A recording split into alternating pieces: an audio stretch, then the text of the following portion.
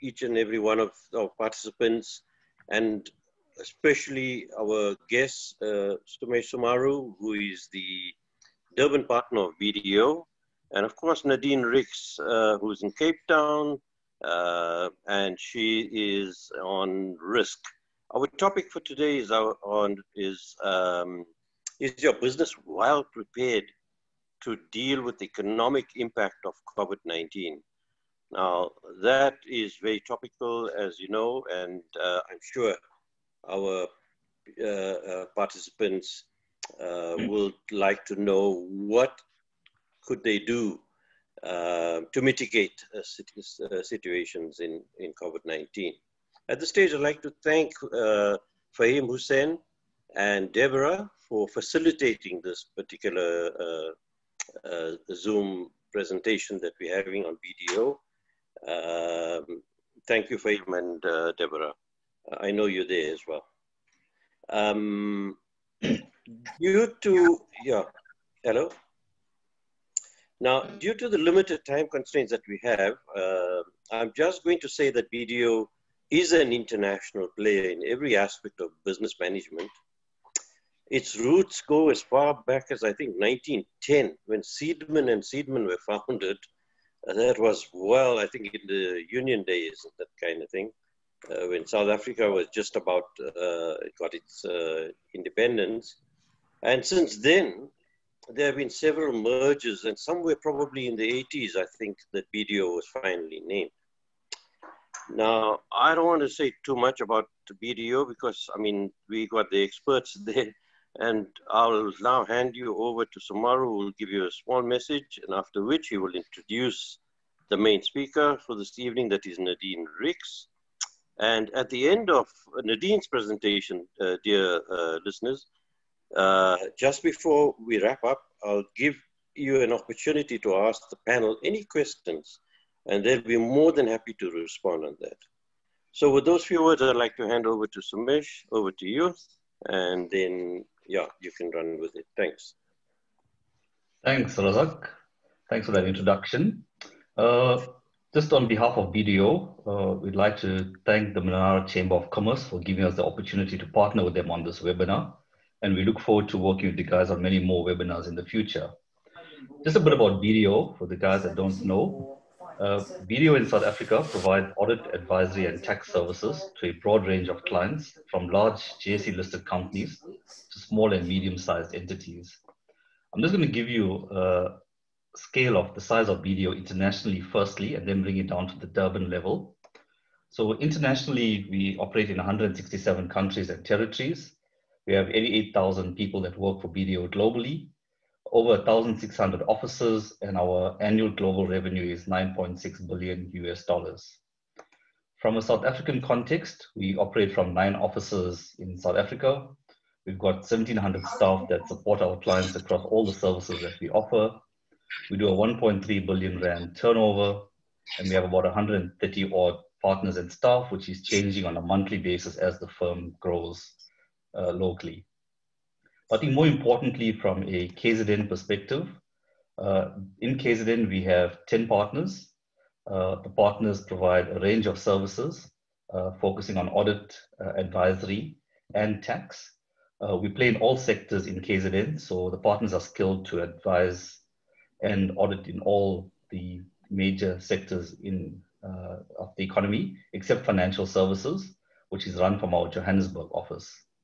We are ably supported by a group of associate directors and managers in other service lines that complement us. And on the slide here, you see we have a divisional head in each sector, be it accounting, tax, audit. We have an AD as well. We also have a wealth division in KZN. We have Statucore, which is a company secretarial division and company governance division. And then we also offer BE verification services. So the Durban team is quite sizable. We have a staff complement of about 190 staff, and it's growing. We expect that to go to about 200 next year. BDO, what we're striving to be, we are striving to become a much larger BDO and to be seen as the only viable alternative to the large firms. And we also want to partner with clients whose ambition is looking to grow. We aim to become one of the true powerhouses of the mid-tier, and I think we are there at the moment. We are probably the leading mid-tier in South Africa at the moment. With that, we still remain true to our roots. We're very partner-centric and partner-focused. So dealing with BDO means that you will get, first-hand partner experience in all your dealings with us. I'm just going to move over now to introducing our speaker for today, Nadine Rix. Nadine Rix is based in our Cape Town office. She has more than 20 years experience, of which 13 was spent living and working in West Africa. She started her career as an article clerk in 2000, and after finishing articles, she was appointed as a management accountant for an international company in Johannesburg. In 2004, she left South Africa to pursue an expatriate appointment in Nigeria, where she took on the position as the head of business risk management for a major telecommunications company. And during her time in Nigeria, her team won awards for team excellence and culture. In 2009, she relocated to Accra, Ghana to start her own consulting and training company. In the 9 years in Ghana, she trained over 8,000 people across various sectors in the areas of leadership and management. She organized team building events and virtually coached executives of leading multinational companies. Her client list includes SMEs and multinationals across a variety of industries, including banking, oil, gas, telecommunications, NGOs, and hospitality. Before returning home to South Africa in 2017, she was project advisory to a team of professionals responsible for the restructuring and revamping of the oil refinery in Ghana, making the refinery profitable for the first time in 9 years. Back in South Africa, she's been heavily involved in the development of female entrepreneurs through the course Ideas to Impact. She currently holds the position of National Risk Officer for BDO South Africa, where she's responsible for the overall strategic and operational risk management. With that, I hand you over to Nadine. Thank you very much for that introduction. Evening, everybody. I'm going to try and just quickly share my screen here. If you'll allow me just some time to get organized. All right. So, okay. We can see Can I maybe just get a thumbs up? You can see it? Fantastic. All right. Okay, great. I'm going to leave my video off for the sake of sharing and buffering so that we don't run into trouble there. Evening, everybody. I really appreciate everyone making the time to attend this workshop. I know many of you, like myself, we've got children and we're trying to balance work from home. We're seemingly less hours in the day. I'm also aware that many of us are starting to suffer from web fatigue and information overload and a general feeling of being zoomed out. So thank you, Samesh and Razak, for the introductions and for giving me the honor of presenting you tonight. Just some housekeeping. There is a comments section on the side. We will have a Q&A afterwards where I'll be happy to take any questions or comments after the presentation. And with that, let's start talking about safeguarding our businesses against the economic risks that the pandemic has brought on. Now, as Sumesh mentioned, I was introduced to risk management probably in one of the most risky places in the world, being Nigeria. And what I learned there not only changed my life, but it gave me a very different perspective of the world, in particular human and organizational behavior. So seeing as we are dealing with such a complex topic, let's start by clarifying some definitions to make sure that we're all on the same page. So when we look at risk, it's typically defined as the possibility that something can go wrong.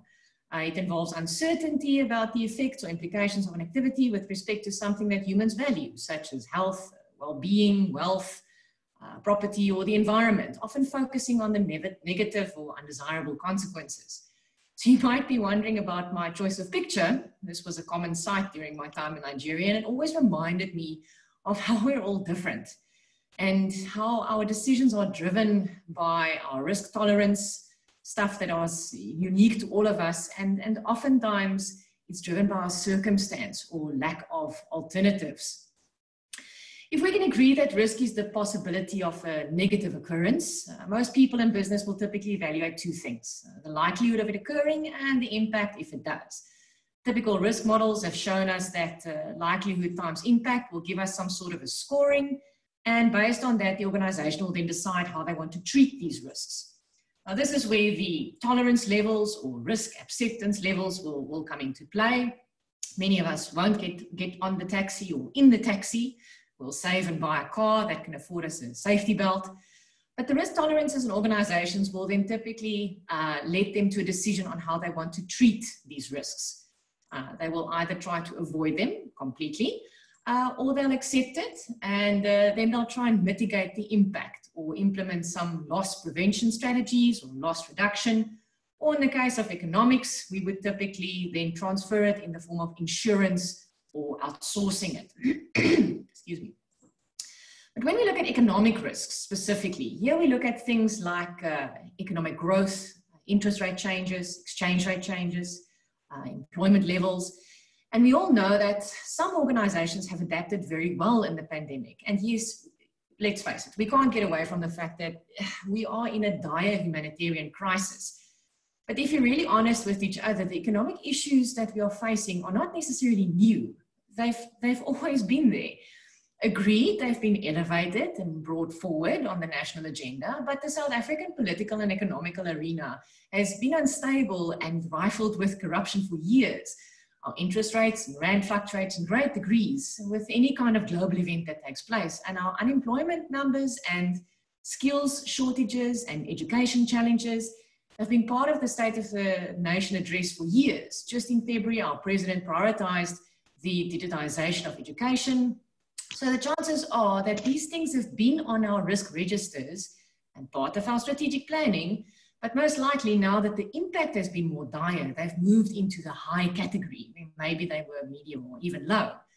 But if you do business in South Africa, you've already accepted these risks. We can try now to put additional controls in place and try to mitigate the effect, but I believe we need a different approach to our traditional ways of risk management.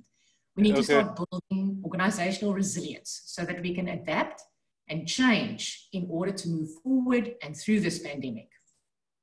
But before we go into doing things differently, let's evaluate why we should do them differently. And maybe let's look at some of the things that we've missed. If we say that slow economic growth has been in our risk registers, and yes, it's likely, maybe we underestimated the impact of this extent. But let's face it, very few organizations took the risk of a pandemic seriously. I say this because the entire world was caught off guard. It's not just the South African economy that's taking a hit, it's happening worldwide. So maybe we failed to recognize two elements of risk. The one being speed of onset, or we can call it velocity. This refers to the time it takes for a risk event to manifest itself. In other words, the time that lapses from the occurrence of the event and the point at which the company first feels it. Now, the pandemic broke out in November 2019, and by March, the entire South Africa had come to a complete shutdown and standstill. Overnight, we felt the effects of this. By any measure, that is an incredibly rapid manifestation. The second element we can look at then is vulnerability. So vulnerability refers to how prepared the organization is for that event. We look here at things like agility, adaptability, and the more vulnerable the higher the impact of this event will be. Here we look at things like scenario planning and our capabilities to respond and adapt quickly as events unfold, and organizations' resilience as a whole. And here is where resilient organizations, those who have been able to adapt and change, have managed to recover, while most of us are still grappling with the daily events. I believe the reason for the lack in organizational resilience, or the reason why most organizations are still grappling with this reality, is because of what we've been taught in business schools and leadership workshops for years. The models of organizational strategy and risk management have been in place for years. We're all too familiar once a year when the strategic planning session comes around and we whip out our tried and tested SWOT models and our pestle analysis. We might throw in Porter's 5 forces just for fun. And for risk management, we turn to our COSA models, our ISO 31000, and we use the same tools that we've been using for decades. This, even though the world around us has been changing at a very rapid pace, even pre-pandemic, we've stuck to the traditional ways of evaluating business and developing our leaders. And here's the kicker. All of these tools rely on a fundamental assumption of organizational theory and practice, which is that a certain level of predictability and order exists in the world. Most of us have been trained in environments that are stable and predictable. Yes, there's risk, but we've always felt a certain comfort level within our own ability to manage it. The problem that this has created is that it's left us with a society, or people in our workplace, that have a default setting where we thrive when there's a sense of stability, predictability, and order. We've been trained that way, and businesses have been built on these assumptions. And most of the models till date exist so that we can create order and put things into nice boxes, things that make sense. However, as our circumstances have become more complex, they are inadequate to deal with our environments. And here's where we need to start thinking differently. The complexity that has arose from COVID needs a different style of leadership, a different way of running our organizations, and we need to form a new perspective based on all of these complexities. So let's go back to our typical risk register as an example. We might say it might look something like this. So a lot of us would have had a pandemic on our risk register, but because the likelihood was low, it would typically get a very low risk rating. Many organizations have supply chain disruption. Because we diversify our supplier base, it could be a low risk.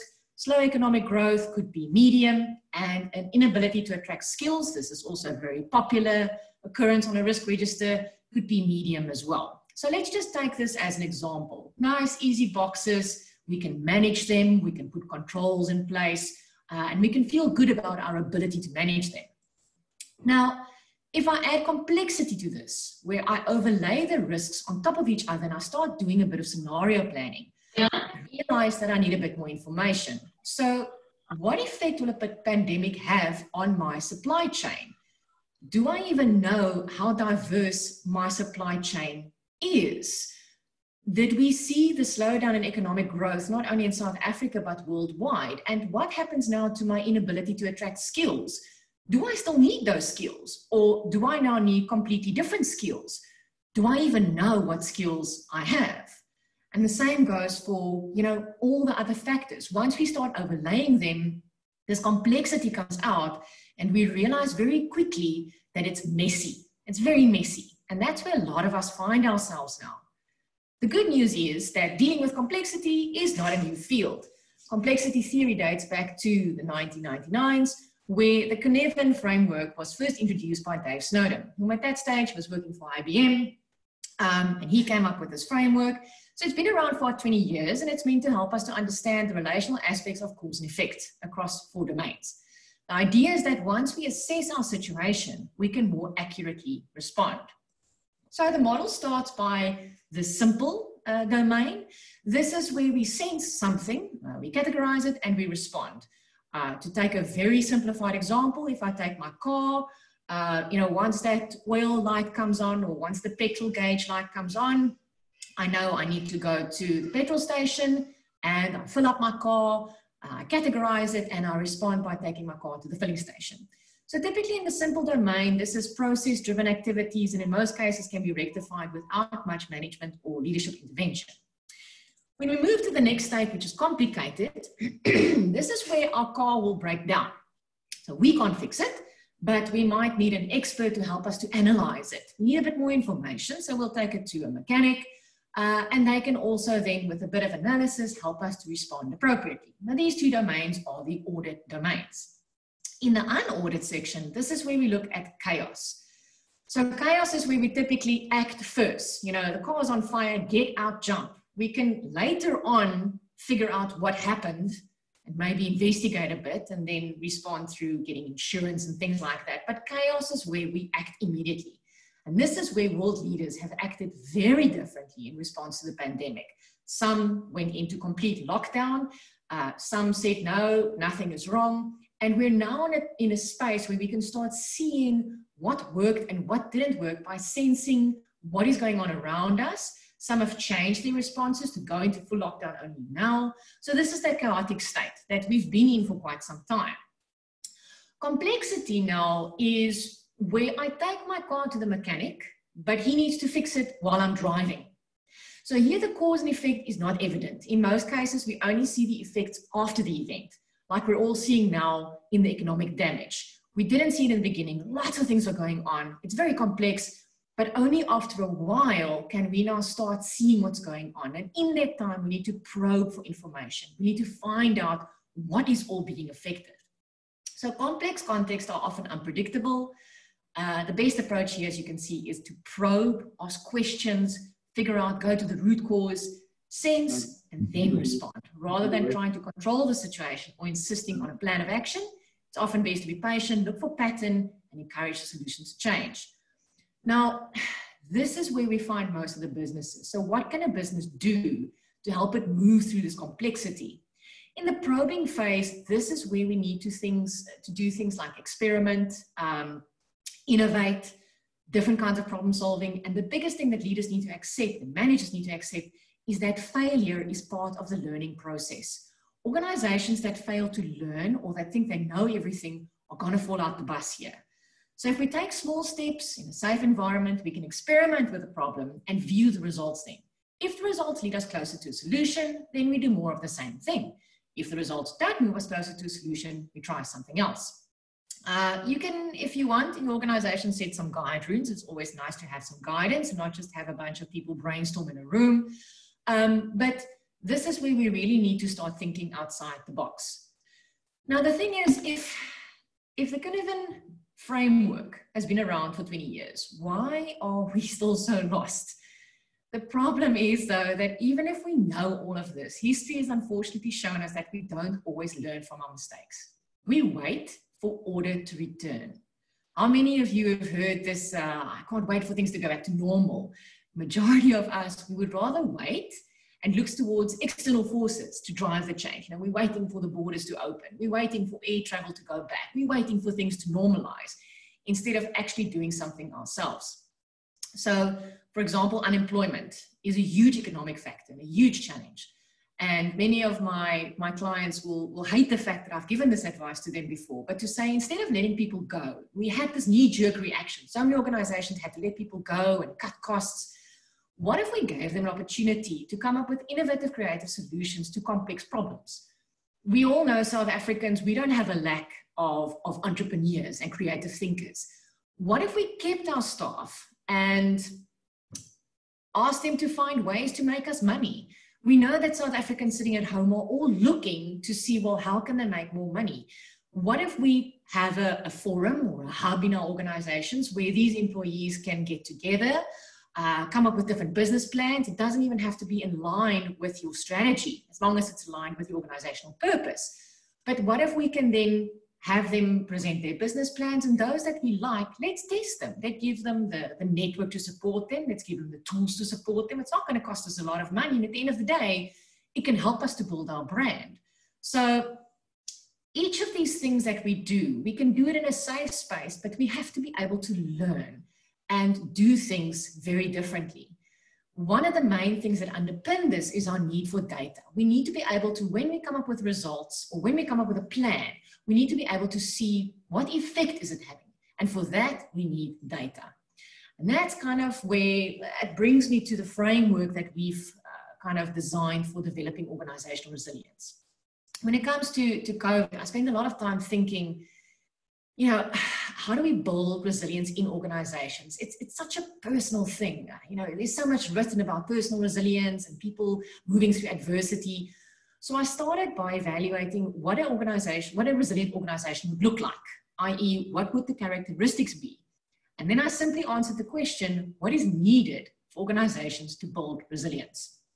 If you've been following the recent trends in advisory and the risk space, you'll know that at the forefront of giving organizations advice is how to deal with COVID, has been the collection of data and digitization. Every second article on the internet speaks of data and digitization, and for good reason. Data can help us to understand all the factors of our environment, and by having the right tech in place, it can help us to deal with the complexity around us. And our framework for resilience is no different, in that data is one of the three foundational elements in building organizational resilience.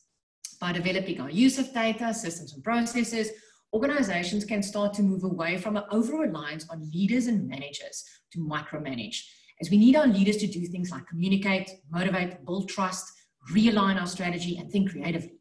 Leaders also need time to build their tolerance for uncertainty, as I don't think that things will be normal anytime soon. So when we look at data, I don't know how many of you have, tried to do some analysis in your organization. You get 3 Excel spreadsheets and they're all saved in different formats. The date formats don't agree, or you ask for client listing and you get things where something is saved as, BDO Limited, and sometimes it's just BDO Inc. There's different naming conventions, or PTY Limited, or closed corporation. The data is messy. I've spent my fair share of time trying to clean up the data before I can actually do something with it. A significant portion of organizational data that's collected is also either trivial or irrelevant with no business value whatsoever. And oftentimes it can't be read by the systems.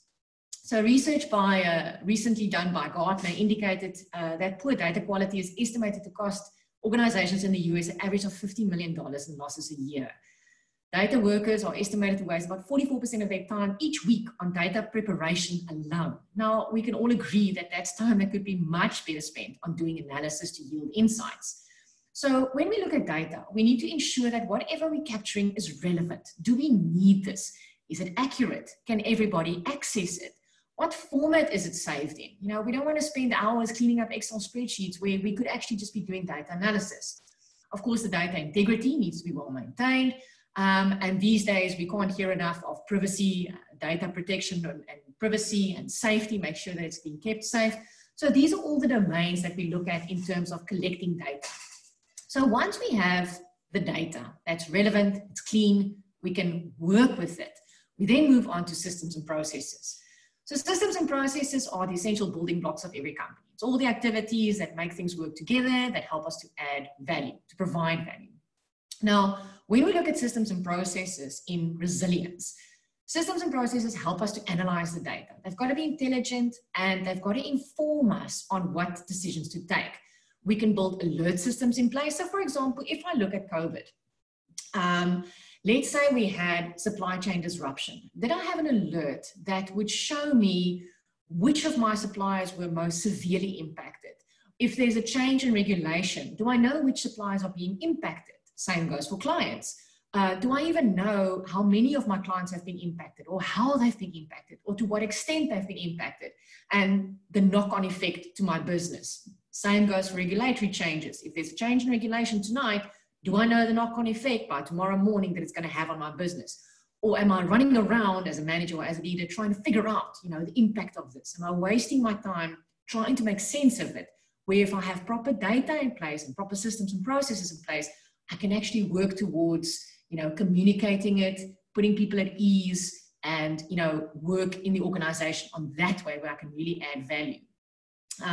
One of the things I've also looked at, in the time of BDO and of COVID, I actually started a parenting workshop, or sessions, you call it that, parent support group for parents that was now all of a sudden thrust into home education.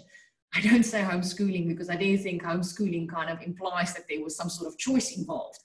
And what was amazing when I started the parent support groups is how many people were actually willing to offer assistance in the form of online teaching. We had people who were studying towards their teaching degrees that said, if you have to work, I'm available, I can do grade 7 and grade 8 science.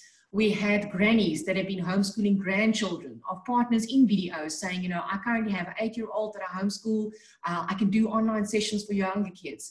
So when it comes to systems, we can apply this to our workforce. Do we know what is currently going in our workforce? Do we have data around their skills, their capabilities, their flexibility? Can they work from home? Or are we just asking them to do more in the time that we're in because we're waiting for the schooling system to go back to normal? So the way that I like seeing data and systems interact is data only qualifies when we can make an informed decision of it. So all the facts that I accumulate, they don't qualify as information until they inform. And to transfer data into information, we use the systems and processes, and our leaders use this to start making sense of what is going on around them. Business schools and organizations equip our leaders to operate in the ordered domains, simple and complicated. But most leaders usually must rely on their natural capabilities when operating in unordered context. In the face of greater complexity today, we We are seeing people using intuition, gut feelings, but these days that's no longer enough.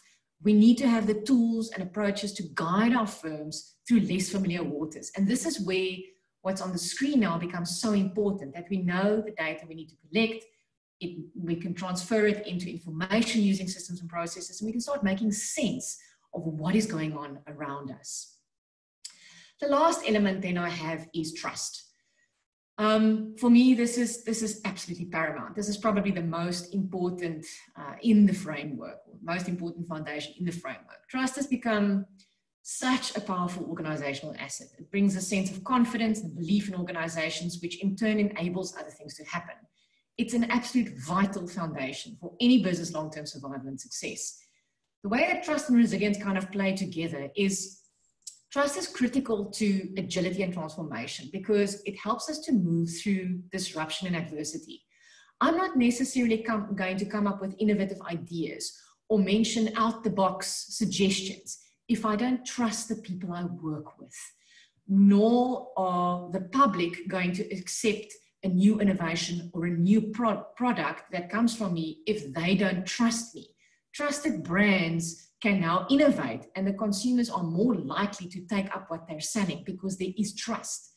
So it helps us to navigate through disruption. The sharing of knowledge becomes very easy. If I trust the people I work with, if I trust my organization, if I trust my manager, I trust my team, this facilitates a higher quality of knowledge exchange, problem-solving, decision-making, and ultimately performance. We can also see that's where I come back to brand. Now, if we have an established brand, an established reputation that's built on that trust, that flows to the external community. Shareholders want to invest in us. Customers want to buy our products. People want to support us because we've built up a reputation for trust. And then at the end of the day, it makes it very difficult to copy trust. If it's a competitive advantage, it's a very difficult thing for our competitors to replicate if they don't already have it. And we can, through that, then become the trusted brand. We can become the choice that everybody will have at the end of the day. They will choose us because they know us. They know what we stand for. They know our purpose. They believe in what we believe. So when we look at trust, like I said, personally for me, this is one of the most important foundations in the framework. And for me, it all goes back to our why. The purpose behind our actions, the purpose why our organizations exist. It's the foundation that guides our actions. And when people see us behaving in a manner that emulates our passion, they'll follow us and they'll stay loyal to us. We can only do this by engaging in open, honest conversations with our staff, customers, suppliers, banks, and by remaining true to our purpose, we can build resilient businesses, not just to survive the current pandemic, but to build something that will sustain the fluctuating space we're in. We have to focus on relationships and honesty. Can you imagine, instead of, cutting down or squeezing our suppliers in this time, if we actually went to them and we said, you know what, we're struggling for cash. We want to keep doing business with you. We're in a really difficult space. We're not just going to squeeze you out and go for the cheap alternative. We want to not have unemployment. We don't want to cut jobs. By squeezing our suppliers, they might have to cut jobs. So what if we can engage in open and honest discussions with our suppliers to say, you know what, we want to keep paying you the price because we believe that, we believe in the same things. We want to help people. We want to deliver good products and services, whatever your why is. So instead of having that knee-jerk reaction of cost cutting, of layoffs, is there a different way in which we can do this? Instead of laying off our staff, can we repurpose them? Are there critical skills in there that might grow us to the next level? Are we walking the floor and finding out what people are doing and how we can help them? So by enabling our leaders to get comfortable in uncertainty, these bonds can get stronger. It's a very, very complex world that we're in, and leaders will have to know how to operate in it, but they need to start being open, transparent, flexible, and adaptable. We need to do things differently. So by remaining true to our purpose, I think we can serve our why by changing the way in which we do it. Our purpose will stay the same, but obviously our strategy execution has now changed vastly, but it needs to be more flexible, adaptable, and transparent. We don't have to have all the answers. We don't need to have all the answers, but we need to stay true to what we believe so we can create strong connections, foster a relationship that builds loyalty and community. And that, for me personally, in turn, will secure our resilience and help us to move forward through this pandemic, because there is surely a lot of uncertainty still around the corner. It's with that that I am now finished. I'm very glad I finished within my half an hour. I was quite nervous that I wasn't going to make it. I'm really, really passionate about this topic. And I hope that we have some questions. If I can open up the chat box. I'm not too sure how we do this. I'm going to open up the chat box. And I hope that we can get the discussions going.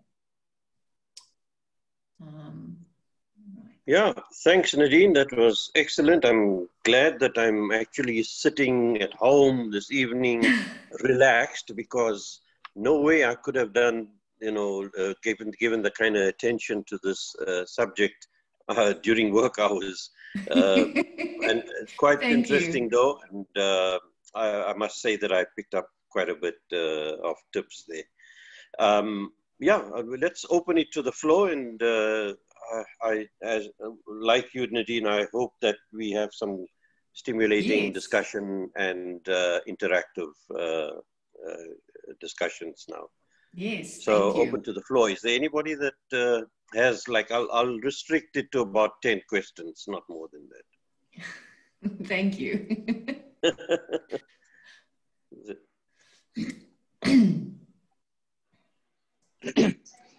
Hi, it's Sipho here. Yeah. Hi, it's Sipho here. Sipho, yes, Sipho. Yes. Yeah, thanks. Please go ahead.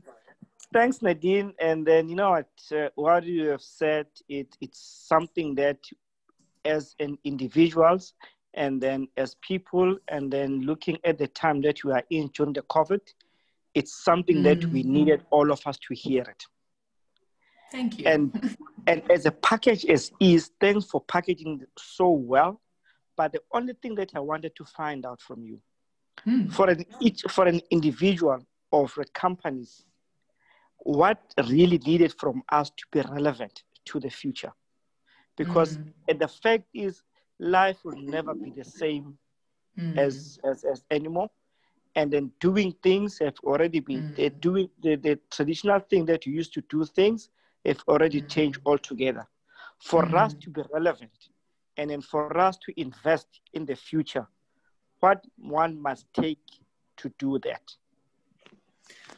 Thank you, Sipho. I absolutely love your question, because, you know, it starts with us. It starts with us as individuals. And I think your question has a two-part answer for me. Personally, I've spent a lot of time over the years I see here, I must share my video. Hang on. Sorry, Sipho. Let me just quickly start video. I don't know if anybody can see me. So I think, Sipho, for me, you know, as I said, it's such a relevant question. And I love the fact that you said, you know, how can we remain relevant? It's not just, you know, how can we make more money, or how can we do this, or how can we do that? I think for me personally, I've done a lot of work over the years in trying to find out what is my purpose. So why am I here? What am I meant to be doing? And then I actively seek out the fulfillment of that purpose with the people I engage with and the organizations that I work for. So I think I always start with, what is it that I enjoy doing? What am I here to do? And what I found that if we find our purpose, it helps us to move through adversity. Because if we're running around unsure of what we're doing and why we're doing it, we run out of energy very quickly. Whereas if we engage in activities that give us fulfillment, it manages to sustain us. And especially in the time of COVID, we need that. We need activities that will sustain our motivation, that will sustain our levels of energy.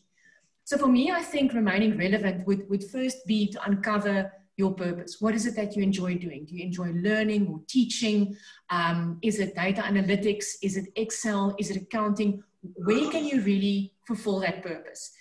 I think from the organizational context, if I can move on to the second part of my answer, I think organizations, in terms of remaining relevant, really need to gain an in-depth understanding of how they can serve their communities, we can't get away from the fact that this is ultimately a humanitarian crisis. It's not for profit anymore.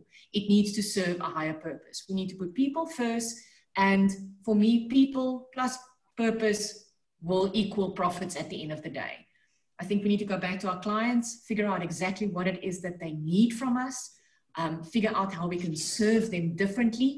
And I go to the example of the schooling because I'm in it.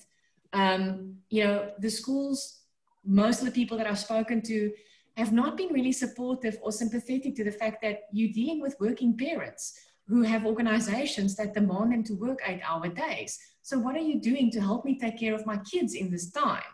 You know, that's a basic thing. Organizations as well. Are we doing something to really give our parents at home flexible hours, or are we giving them other solutions of how to do things? So I think if we start putting people first, that's going to be the thing that keeps us relevant going forward. It's not necessarily going to be the popular profit choice, but I do think if we go that and we follow our purpose, the profits will flow from that. I'm a big believer in that. I hope that I managed to answer your question. If not, maybe even probe another one. No, thanks. I'm happy with that. And then you nailed it. And then, yeah. But lastly, I wanted to find out any possibility to get the recordings of your presentation or the presentation itself. I think so. I'm not sure. I think yes. It will be yes, Nadine. Yeah, Razak? Yes, we would actually be sending those recordings out to all the participants, or for those who that need it really. But I'm sure our officers will be able to send the recordings to all who are on the show. Perfect. Okay. Thank you. Thank you. And other questions?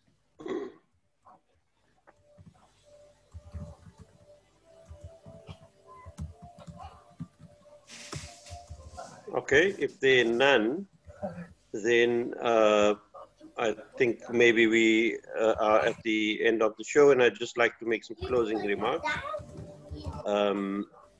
May I, on behalf of Minara Chamber of Commerce, take this opportunity of thanking BDO and the delegates of Sumesh, Sumaru, and of course Nadine yourself, for a very stimulating and very informative discussion on risk management.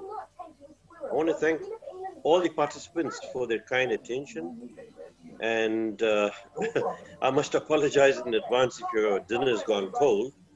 It was not my fault anyway. As I said, should you need further info on BDO, please feel free to contact the Minara Chamber of Commerce on telephone number 031 208 1898 or email to kzn@minara.org.za. I want to wish you all a pleasant evening ahead, and hope you keep safe for the rest of the year. All the best. If there's nothing else, I think we should then close the presentation. Thanks to all. Thanks, Sumesh. Thank you. Thanks, Nadine.